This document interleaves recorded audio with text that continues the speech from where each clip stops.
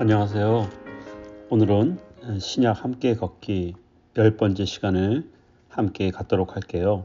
잠시 기도합니다. 참 좋으신 하나님 아버지 감사합니다. 지난 9주 동안 이렇게 성경을 배울 수 있도록 인도해 주셔서 감사함을 드립니다.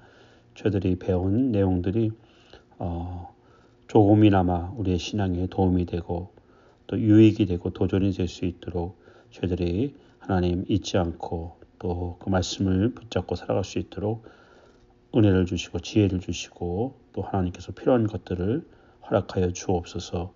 오늘 마지막 시간을 갖습니다. 하나님께서 오늘도 함께 하시고 성령께서 각인의 심령 가운데 은혜를 더하여 주옵소서.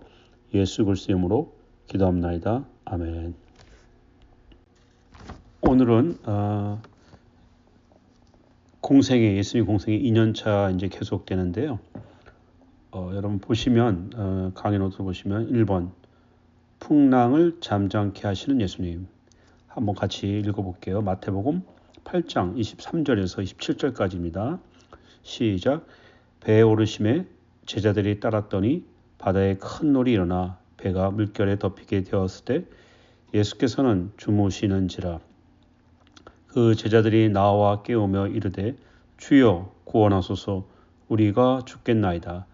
예수께서 이르시되 어찌하여 무서워하느냐 믿음이 작은 자들아 하시고 곧 일어나사 바람과 바다를 꾸짖으시니 아주 잔잔하게 되거늘 그 사람들이 놀랍게 여겨 이르되 이가 어떠한 사람이기에 바람과 바다도 순종하는가 하더라.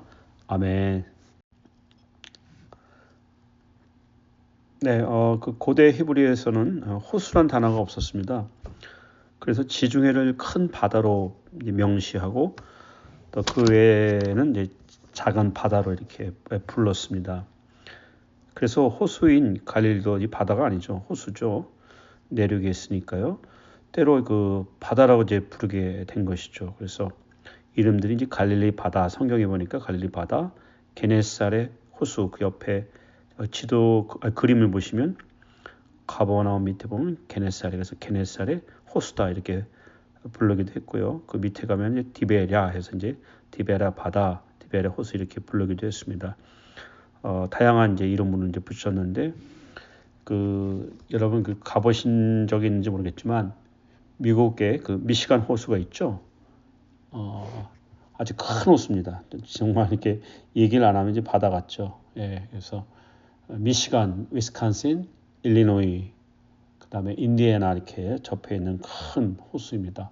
그 면적이 우리 대한민국의 절반 정도 크기라고 합니다. 사실은 이제 바다 같죠. 예. 갈릴리 호수도 이제 바다로 불리기도 하고 또 호수로 불리기도 하고 그랬던 것을 우리가 볼 수가 있습니다. 예수님은 병을 치유하셨고요. 또한 자연을 다스렸습니다. 사람이 가능할까요? 그 누구도 가능하지 못하죠. 예. 그래서 예수님은 그런 일들을 통해서 만물의 주시다, 다스리는 하나님이시다는 것을 알 수가 있습니다. 그 제자들이 이제 배를 타고 가다가 예수님께서 이제 주무시는데 이제 큰 이제 바람이 또 놀이 일어나니까 두려워서 이제 예수님을 깨우게 되죠. 주여 우리를 구원하소서 우리가 죽을 것 같습니다. 이렇게 얘기했을 때 예수님께서 뭐라고 얘기하시냐? 얼마나 두려워하느냐 걱정이지 염려지 내가 바람을 잔잔케 하겠다 이렇게 얘기하지 아니하시고 먼저 어찌하여 무서워하느냐 믿음이 작은 자들아 먼저 환경을 얘기하지 아니하시고 무엇을 먼저 얘기하신다? 믿음을 먼저 얘기하신다는 겁니다. 이게 굉장히 중요해요. 우리가 신앙생활 하면서 하나님이 우리들에게 원하시는 것, 요구하시는 것, 바라시는 게 있다면 무엇보다도 믿음입니다. 환경, 조건, 상황들이 문제가 되잖아요. 우리는 이제 살아가면서 그게 더 크게 보이고 느껴지는데 그렇지 않다는 겁니다. 그 가운데서 우리가 믿음으로 하나님 앞에 나가고 믿음으로 주님 앞에 나가고 아뢰고 또 믿음으로 우리가 이겨나갈 때 하나님께서 그러한 일들을 해결해 주시고 도와주신다는 것이죠. 그래서 믿음을 먼저 얘기하시고 예수님께서 그 다음에 바람과 바다를 이제 잔잔케 하시는 그러한 일을 해주셨습니다. 그 믿음이 이제 중요하죠. 그래서 예수님이 믿음이 작은 자들아 이렇게 얘기하시는데 시편 37편 5절에 보면은 이런 말씀이 있습니다. 한번 같이 읽을까요? 시작. 내 길을 여호와께 맡기라. 그를 의지하면 그가 이루시고. 아멘. 네. 내 길, 내 앞에 있는 어떤 그 계획, 또 어떤 꿈, 그렇죠? 어떤 바램 이런 것들 있죠. 그 비즈니스 같은 거, 또 가정, 교회들이 있습니다. 여호와께 맡기라. 하나님께 맡기라. 아무에게 맡기는 게 아니죠. 사람에게 맡기는 게 아니라 누구에게 맡기라? 여호와께 하나님께 맡기라. 영어로 보니까 commit everything you do 누구한테? to the Lord 했습니다. 주님께 everything 모든 것을 할 수 있도록 맡기라 이렇게 얘기합니다. commit하다 있죠. commit. 믿음이 좋다는 것은 이제 commit을 잘하는 거죠. 환경과 조건과 상황이 이제 어렵지만 하나님이 도와주실 것을 믿고 커밋하는 겁니다. 신앙은 커밋을 잘해야 되는 겁니다. 커밋이라는 것은 50% 커밋이 아니고 몇 퍼센트입니까? 100% 커밋입니다. 그것이 이제 믿음이고 그것이 하나님을 기쁘게 하는 거죠. 지금 제자들의 믿음은 이제 그렇게 된 게 아닙니다. 커밋하지 못했습니다. 그래서 예수님께서 이 얘기를 하시는 거죠. 그리고서 보니까 영어로 보니까 trust him. 그를 의지하라. 또 영어로 그를 신뢰하라. 믿어라. trust him. 세상 사람들은 돈을 trust합니다. trust money 이렇게 되죠. 그런데 그렇지 않습니다, 여러분. 돈은 유동성이 있죠. 왔다 갔다 하죠. 스타트 올라갔다 나갔다 요즘 난리라고 이렇게 뉴스에서 나오는데 그러나 하나님은 유동하지 않으세요. 어떤 왔다 갔다 하지 않으셔요. 늘 하나님은 신실하시고 진실하시고 사랑이 많으시고 또 우리를 아끼시고 보호하시는 분이신 것을 우리가 믿습니까? 네, 믿죠. Trust him. 네, 그 하나님께 모든 것을 맡겨라, 신뢰하라 이겁니다. 이게 되게 중요하죠. Trust him. 네, 신뢰. 하나님은 우리가 그분을 뭘 하길 원하신다? 신뢰하길 원하시는 것입니다. 사람 관계에 있어서도 중요한 게 뭘까요? 제가 조금 살아보니까 신뢰가 중요합니다. 의리가 중요하죠. 신뢰를 할 수 있는 사람, 복받은 사람이죠. 그런 사람들이 주변에 있다면 너무나 정말 감사한 삶이 되는 것입니다. 누군가를 믿을 수 있다는 거 얼마나 기쁩니까? 하나님을 또 믿는다는 거, 신뢰할 수 있다는 거, 그건 큰 축복입니다. 저와 여러분들이 하나님을 신뢰하고 또 하나님께 에브리띵 맡길 수 있는 그런 믿음을 하나님께서 주시기를 간절히 바랍니다. He will help you. 그가 하나님이 당신을 도와주실 것이다. 이렇게 말씀을 하고 있습니다. 아멘. 네. 예수께서 이제 거라사의 귀신 들린 자를 고치는 장면이 나옵니다. 이야기가 나옵니다. 2번이요. 그 예수님은 이방인들이 살고 있던 거라사 지방으로 가셔서 귀신 들린 사람을 만나게 됩니다. 옆에 보면은 지도 보면 갈릴리 호수 오른편으로 거라사 있죠. 그걸로 이제 배를 타고 가신 것입니다. 같이 한번 본문을 한번 쭉 읽어보겠습니다. 마가복음 5장 1절에서 17절인데요. 시작. 예수께서 바다 건너편 거라사인의 지방에 이르러 배에서 나오심에 곧 더러운 귀신 들린 사람이 무덤 사이에서 나와 예수를 만나니라. 그 사람은 무덤 사이에 거처하였는데 이제는 아무도 그를 쇠사슬로 맬 수 없게 되었으니 이는 여러 번 고랑과 쇠사슬에 매었어도 쇠사슬을 끊고 고랑을 깨뜨렸음이로라. 그리하여 아무도 그를 제어할 힘이 없는지라. 밤낮 무덤 사이에서나 산에서나 늘 소리를 지르며 돌로 자기의 몸을 해치고 있었더라. 그가 멀리서 예수를 보고 달려와 절하며 큰 소리로 부르짖어 이르되 지극히 높으신 하나님의 아들 예수여 나와 당신이 무슨 상관이 있나이까 원하건대 하나님 앞에 맹세하고 나를 괴롭히지 마옵소서 하니 이는 예수께서 이미 그에게 이르시기를 더러운 귀신아 그 사람에게서 나오라 하셨습니다. 이에 물으시되 내 이름이 무엇이냐 이르되 내 이름은 군대니 우리가 많음이니이다 하고 자기를 그 지방에서 내보내지 마시기를 간구하더니 마침 거기 돼지의 큰 떼가 산 곁에서 먹고 있는지라. 이에 간구하여 이르되 우리를 돼지에게로 보내어 들어가게 하소서 하니 허락하신대 더러운 귀신들이 나와서 돼지에게로 들어가매 거의 2,000마리 되는 떼가 바다를 향하여 비탈로 내리달아 바다에 몰사하거늘 치던 자들이 도망하여 읍내와 여러 마을에 말하니 사람들이 어떻게 되었는지를 보러 와서 예수께 이르러 그 귀신 들렸던 자 곧 군대 귀신 짚혔던 자가 옷을 입고 정신이 온전하여 앉은 것을 보고 두려워하더라.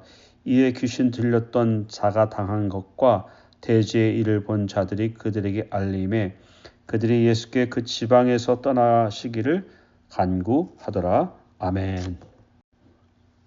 예수님께서 이제 그 거라사인의 지방에 이제 가서 귀신을 이제 내쫓는 이야기인데요. 한 가지를 우리가 살펴보길 원하는 게 왜 귀신들이 돼지떼에 들어가도록 허락하셨을까?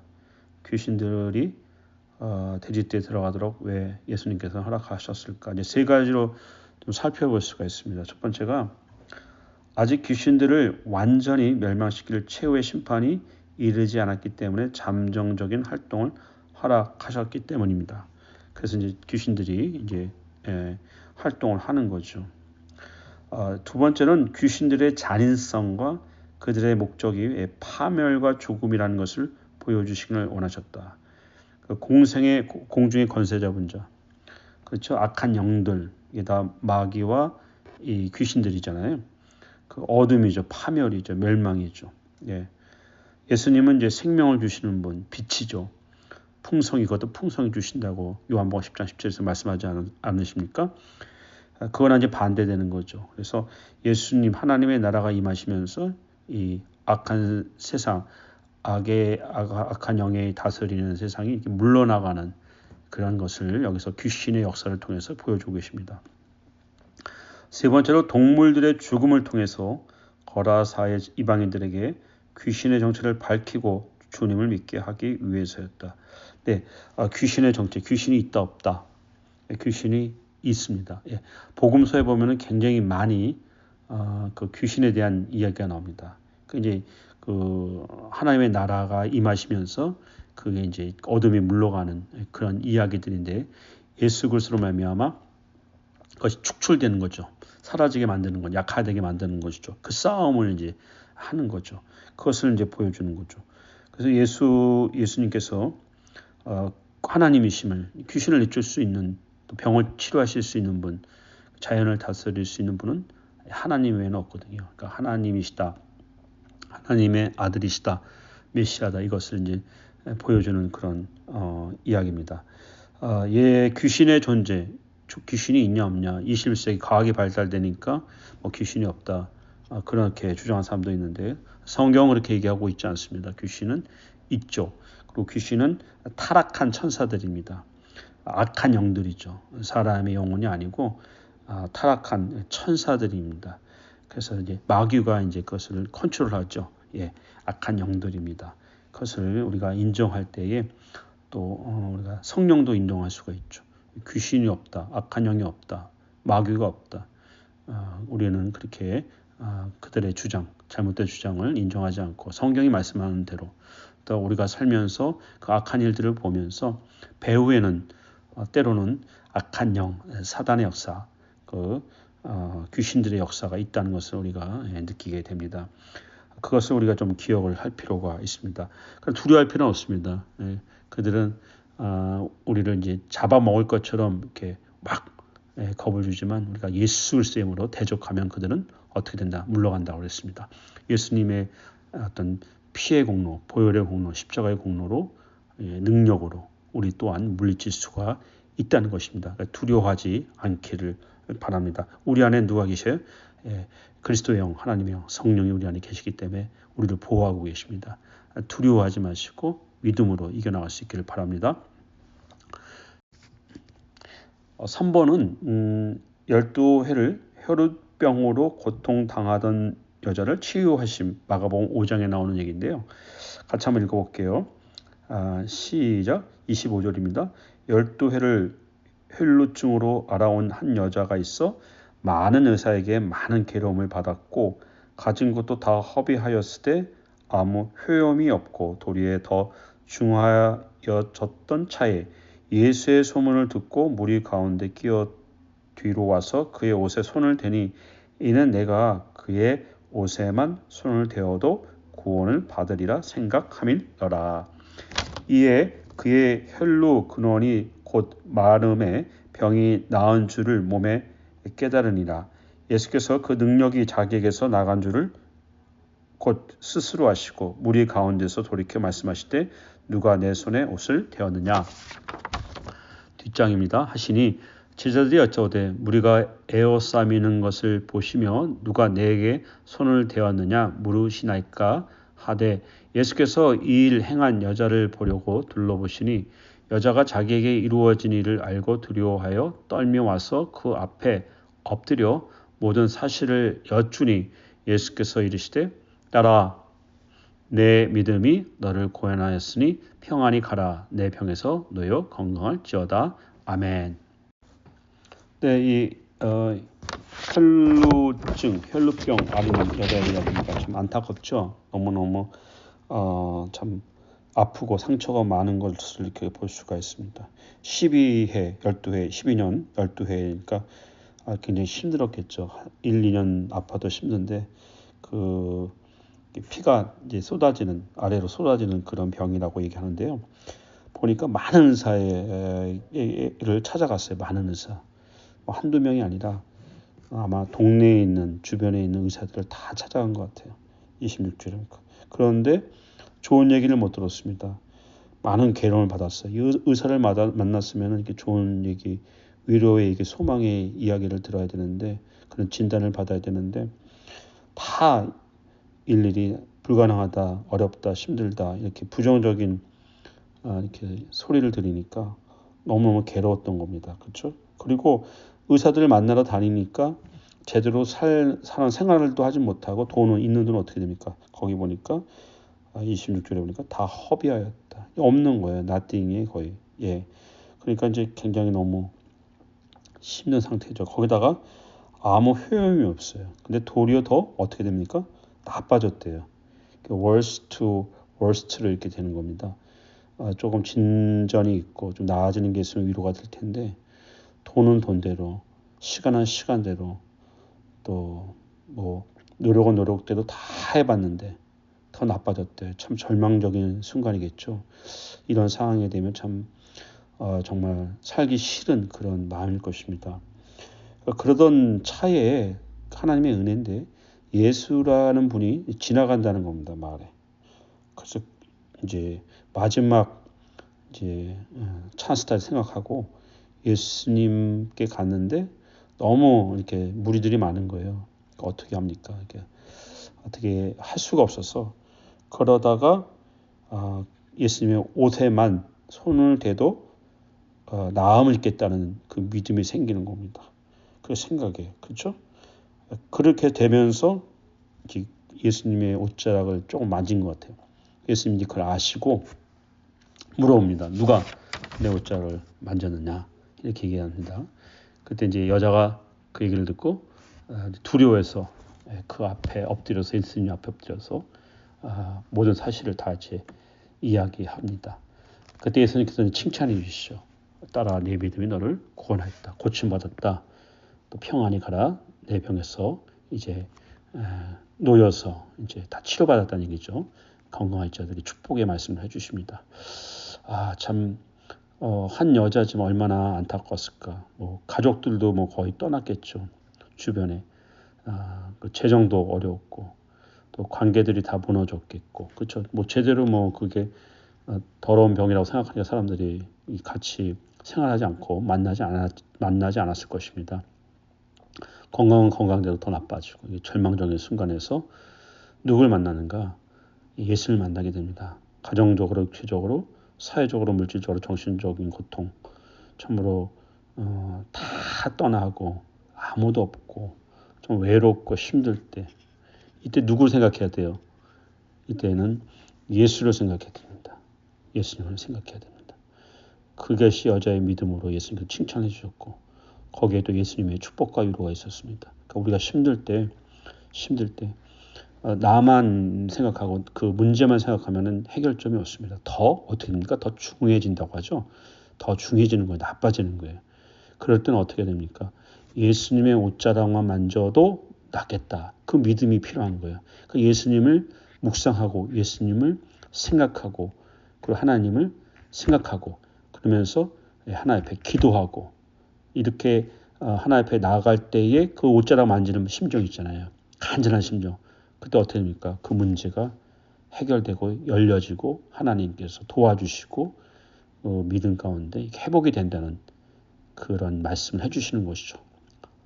사랑하는 성도 여러분, 여러분이 가지고 있는 문제, 어려움, 힘듦, 정말 이 여자처럼 괴로운 것들이 있습니까? 거기에만 몰두해서는 안 됩니다. 거기에는 해결책이 없어요. 거기에는 어떤 답안이 없습니다. 오직 누구? 믿음의 주요 온전케 하시는 이인 예수 그리스도를 바라보자. 그 믿음이 우리들에게 있어야 됩니다. 그래서 그 간절한 믿음이 있다면 하나님이 못 해결해 주실 문제가 어디 있겠습니까? 하나님이 어떤 방법으로도 참으로 놀라운 일들로 해결해 주시고 풀어주시고 도와주실 것을 믿습니다. 이 믿음을 저와 여러분들이 갖기 원합니다. 하나님께서 도와주시고 역사해 주실 것을 믿습니다. 예수 앞에 나오면 모든 죄를 용서받고 모든 문제가 해결되는 것입니다. 그 믿음을 주시는 것입니다. 아멘. 네 번째로 12 제자 파송이 나옵니다. 마태복음 10장에 보면은 한번 같이 읽어보겠습니다. 5절부터요. 시작. 예수께서 이 12를 내보내시며 명하여 이르시되 이방인의 길로도 가지 말고 사마리아인의 골로에도 들어가지 말고 오히려 이스라엘 집에 잃어버린 양에게로 가라. 가면서 전파하여 말하되 천국이 가까이 왔다 하고 병든 자를 고치며 죽은 자를 살리며 나병 환자를 깨끗게 하게 하며 귀신을 쫓아내되 너희가 거저 받았으니 거저 주라. 너희 전대에 금이나 은이나 동을 가지지 말고 여행을 위하여 배낭이나 두 벌 옷이나 신이나 지팡이를 가지지 말라. 이는 일꾼이 자기의 먹을 것 받는 것이 마땅함이라. 어떤 성이나 마을에 들어가든지 그 중에 합한 자를 찾아내어 너희가 떠나기까지 거기서 머물라. 또 그 집에 들어가면서 평안하기를 빌라. 그 집이 이에 합당하면 너희 빈 평안이 거기 임할 것이요 만일 합당하지 아니하면 그 평안이 너희에게 돌아올 것이니라. 누구든지 너희를 영접하지도 아니하고 너희 말을 듣지도 아니하거든 그 집이나 성에서 나가 너희 발의 먼지를 떨어버리라. 내가 진실로 너에게 이르노니 심판 날에 소돔과 고모라 땅이 그 성보다 견디기 쉬우니라. 아멘. 12 제자들을 예수님께서 이제 파송하시지 않습니까? 파송하는데 이제 우리가 오늘 잠시 볼 거는 이제 12절부터 보시면 어느 집에 들어가거든요. 그때 평안하기를 빌라 이런 말씀을 해주세요. 그러니까 축복해달라, 축복해 주라, 그렇죠? 그 가정에 기도 제목 가운데 함께 해달라, 하나님께서 도와달라, 뭐 이런 이제 기도를 하라는 거죠. 그런데 이제 놀라운 것은 13절입니다. 그 집이 이에 합당하면 그런 그 기도 축복을 받을 수 있는 집이 된다면 그것이 임할 거고 만약에 합당치 아니하면 그 평안이 기도한 제자들에게 돌아갈 것이다 이런 말씀을 해주는데요. 참 신기하기도 하고 이런 이제 일들이 있다는 겁니다. 그래서 중요한 거는 우리가 신방을 가든 또 방문을 하든 초대를 받아서 가든 제일 먼저 해야 되는 것이 무엇일까? 그것이 바로 들어가자마자 이제 문을 열고 신발을 벗고 소파나 의자에 앉잖아요. 그리고서 기도하는 것입니다. 예. 그것이 제일 어떤 신앙에 있어서 베이직이죠. 그렇게 하는 거죠. 들어가서 뭐 떠들고 뭐 시끄럽게 얘기하고 그게 아닙니다. 먼저 성도는 그 집에 들어가면은 그 집을 위해서 평안을 구하는 축복을 구하는 기도를 잠시 드린 후에 이제 말씀을 나누는 거죠. 되게 중요하죠, 이것이 여러분. 또 그 가정에 또 합당치 않은 무슨 이유가 있겠죠. 그러면 그 축복을 빈 기도한 그 믿음의 사람들을 제자들에게 하나님 주신다 이런 말씀을 해주고 있습니다. 그러니까 무엇보다도 뭐 그 집이 합당하다 안 하다는 우리가 판단할 게 아니고 우리의 태도는 이 제자들처럼 그렇게 그 가정을 위해서 축복을 하는 또 평화를 비는 그런 것이 필요하다 이렇게 말씀을 하고 있다는 것입니다. 동역자들이 필요함. 예수님께서 이제 한 사람씩 보내지 않고 짝을 지어서 보내셨죠. 둘씩 짝을 지어서 보내셨는데 그 사도행전 13장 2절에 보면은 안디옥 교회가 최초의 선교사들을 이제 파송하지 않습니까? 그때 이런 말씀을 합니다. 주를 섬겨 금식할 때 성령이 이르시되 내가 불러 시키는 일을 위하여 바나바와 바울을 따로 세우라 하시니 아멘. 혼자 가지 않게 하시고 마치 예수님께서 12제자를 짝을 지어서 보낸 것처럼 전파하고 복음을 전하게 하신 것처럼 안디옥 교회도 성령께서 어떻게 하신다? 바나바와 바울을 따로 팀을 만들어서 이렇게 보내라 이렇게 말씀하셨다는 것입니다. 로마서 16장 3절 4절에 보면은 바울 사도가 또 이렇게 얘기합니다. 오랫동안 전도 사역을 하고 또 많은 곳을 다니고 또 복음을 전하면서 만났던 그 많은 사람들 있지 않습니까? 그 사람들 중에 또 이렇게 얘기를 합니다. 너희는 그리스도 예수 안에서 나의 동역자들인 브루스기어와 아굴라에게 문안하라. 그들은 내 목숨을 위하여 자기들의 목까지도 내놓았나니 나뿐 아니라 이방인의 모든 교회도 그들에게 감사하느니라. 아멘. 바울이 이제 잊지 못하는 사람들이 이제 많이 있었을 거 아닙니까? 사역하는 중에 그 중에 브리스가와 아굴라 또는 브리스길라와 아굴라 이렇게도 나오는데요. 이 사람들은 뭘로 부르냐? 동역자들이라고 불러요. 이게 되게 중요한 텀이죠. 여러분 밑줄 치십시오. 그러니까 이 코워커나 뭐 팀 이런 게 되겠죠. 그러니까 평등하게 생각하는 겁니다.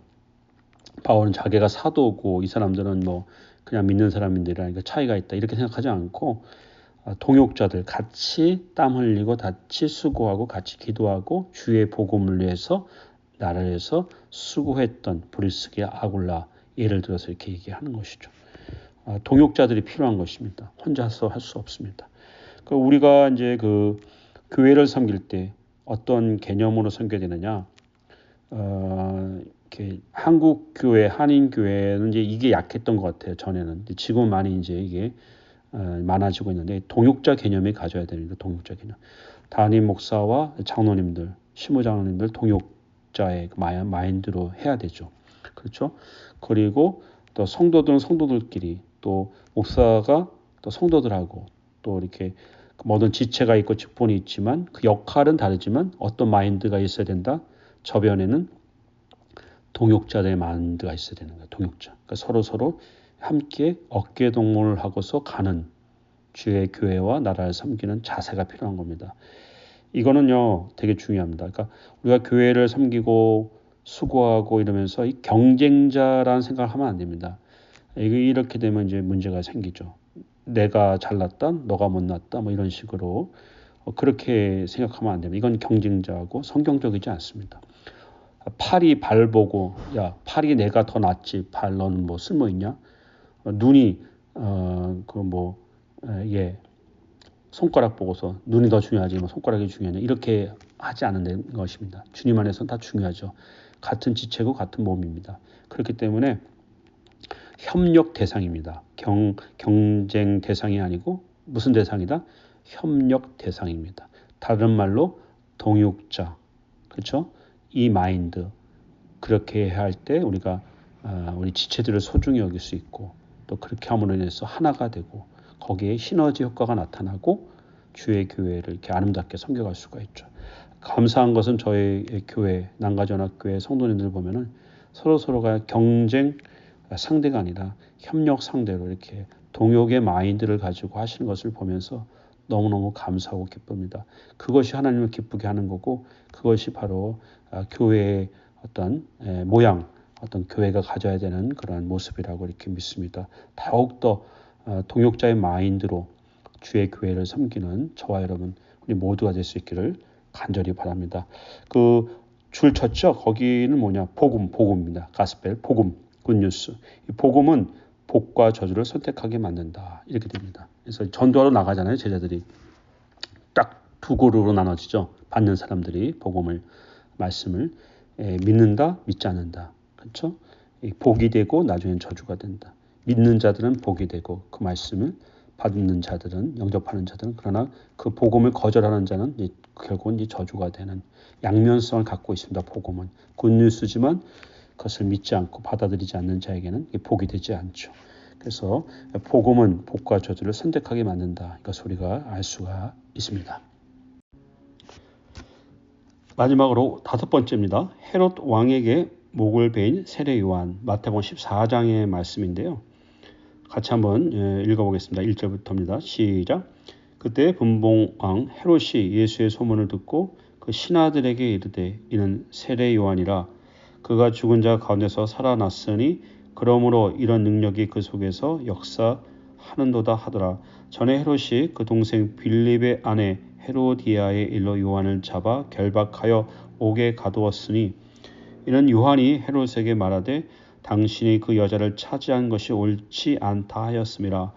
헤롯이 요한을 죽이려 하되 무리가 그를 선지자로 여김으로 그들을 두려워하더니 마침 헤롯의 생일이 되어 헤로디아의 딸이 연석 가운데서 춤을 추어 헤롯을 기쁘게 하니 헤롯이 맹세로 그에게 무엇이든지 달라는 대로 주겠다고 약속하거늘 그가 제 어머니의 시킴을 듣고 이르되 세례 요한의 머리를 소반에 얹어 여기서 내게 주소서 하니 왕이 근심하나 자기가 맹세한 것과 그 함께 앉은 사람들 때문에 주라 명하고 사람을 보내어 옥에서 요한의 목을 베어 그 머리를 소반에 얹어서 그 소녀에게 주니 그가 자기 어머니에게로 가져가니라.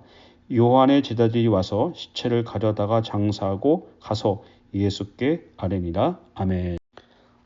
네, 세례 요한이 이제 죽는 장면이죠. 이제 그 예수님이 태어났을 때 헤롯은 누구냐? 헤롯 대왕입니다. 그 유명한 헤롯 대왕. 이 헤롯 대왕이 죽을 때에 이제 죽게 되었을 때 세 명의 아들에게 나라를 나눠주죠. 유대 땅은 그렇죠? 아칼라오가 다스리고 갈릴리는 헤롯 안티파스가 이제 분봉왕이 됩니다. 거기 이제 박스를 잠시 보시면은 헤롯 대왕이 예수님 탄생 당시 유대인의 왕이었죠. 그래서 어린 그 베비 예수님을 이제 죽이려고 이제 명령을 내렸죠. 이 헤롯 대왕은 무엇으로 유명하는가? 예루살렘 성전을 재건한 자입니다. 그때 당시에 이제 그 건축했던 그런 건물들이 지금까지도 남아 있는데요. 이 헤롯 대왕은 건축 전문가입니다. 아키텍처입니다. 유명한 사람이죠. 예루살렘 성전을 이제 재건해서 유대인들이 한심을 샀죠. 그리고 아켈라오가 있고 그리고 이제 안티파스가 있습니다. 이 안티파스 1세인데요. 이제 갈릴리 베레아 분봉왕인데 이 사람이 이제 오늘 나오는 이제 세례 요한을 죽이게 됩니다. 그리고 예수님을 신문하게 되죠. 세례 요한을 죽이죠. 나중에 안티파스 2세가 이제 나오는데 그가 사도 바울을 이제 핍박하는 그런 이제 장면이 이제 나옵니다. 구약의 마지막 선지자 세례 요한이 나옵니다. 세례 요한으로서 이제 구약은 이제 닫히게 되고 새로운 이제 시대, 새 시대가 열리게 되는 것을 볼 수가 있습니다. 예수님께서 세례 요한을 축복하시는데 마태복음 11장에 보면은 여자가 낳은 자 중에 더 큰 자가 없다 이런 축복을 해주셔요. 대단한 축복이시죠. 세례 요한은 늘 예수님을 위해서 6개월 전에 태어나서 예수님의 그 구원의 길, 십자가의 길, 꼭 그 공생의 길을 이제 준비하는 그런 역할을 맡았습니다. 그래서 나는 소리요, 이렇게 나는 광야에서 외치는 소리이다. 나는 예수님의 어떤 신들매도 감당치 못하겠다. 이런 겸손함으로 예수님 앞길을 준비했습니다. 참으로 세례 요한을 통해서 예수님이 공생의 사역을 잘 시작했다 이렇게 볼 수가 있죠. 세례 요한의 마인드는 늘 겸손한 마인드였었습니다. 그 시소 있잖아요, 시소. 애들이 이제 타는 긴 장판 같은 걸로 해서 이제 중간에 가운데 놓고 이렇게 아래로 내려갔다 올라갔다 하는 거 있잖아요, 시소, 그렇죠? 예수님이 높이 되면은 내가 내려가는 겁니다. 내가 내려가야 예수님이 높임을 받죠. 반대쪽에 계시니까. 예수님이 만약에 낮아지면 내가 어떻게 되는 거예요? 그럼 내가 높임을 받는 겁니다. 그러니까 내가 높아지려고 할 때마다 문제가 뭐냐면 이제 예수님은 어떻게 되는 거예요? 점점 낮아지시는 거예요. 근데 성도는 반대가 돼야 되죠. 우리의 구주요, 우리의 만왕이시오, 우리의 사랑하는 하나님이신 우리 예수님께서 우리가 겸손할수록 예수님은 더 높임을 받는 겁니다. 우리가 신앙생활의 목적이 무엇입니까? 여러 가지가 있겠지만 예수님의 이름이 높임 받는 것, 나를 통해서, 우리 가정을 통해서, 우리 교회를 통해서 예수님이 홀로 영광을 받으시는 것, 그거지 않습니까? 그러기 위해서는 어떻게 해야 되는가? 나는 철저하게 낮아지는 어떤 마음, 세례 요한의 마음, 나는 신들매를 풀기에도 감당치 못합니다. 그런 마음이죠. 그래서 나는 소리입니다. 늘 이 마인드로, 이런 마음으로 주의 교회와 주를 섬길 때 하나님께서 큰 은혜를 주실 것을 믿습니다. 저와 여러분들을 통해서 또 우리 교회를 통해서 오직 예수님만이 빛나고 예수님만이 증거되고 예수님만이 높임받고 하나님이 영광 받으시는 그런 귀한 그런 교회가 되길 원합니다. 그런 성도들이 되기를 원합니다. 하나님께서 우리 교회를 통해서 이 시대 방주 역할을 잘 감당하는 교회로 축복해 주시길 원합니다. 이 마음으로 또한 승리하는 저 여러분 될 수 있기를 바라고요. 오늘 강의로서 예수님의 공생 2년을 마치게 되고 가을 학기 다시 시작하게 될 것입니다. 그동안 10주 동안 너무너무 수고 많으셨습니다. 스스로에게 그렇게 얘기하세요. 수고 많았다. 수고 많았다. 예. 감사합니다. 잠시 기도하겠습니다. 하나님 아버지 감사합니다. 지난 10주 동안 우리 성경대학 신약 함께 걷기를 하나님 은혜 가운데 이렇게 진행하게 하시고 잘 마치게 해주셔서 감사합니다.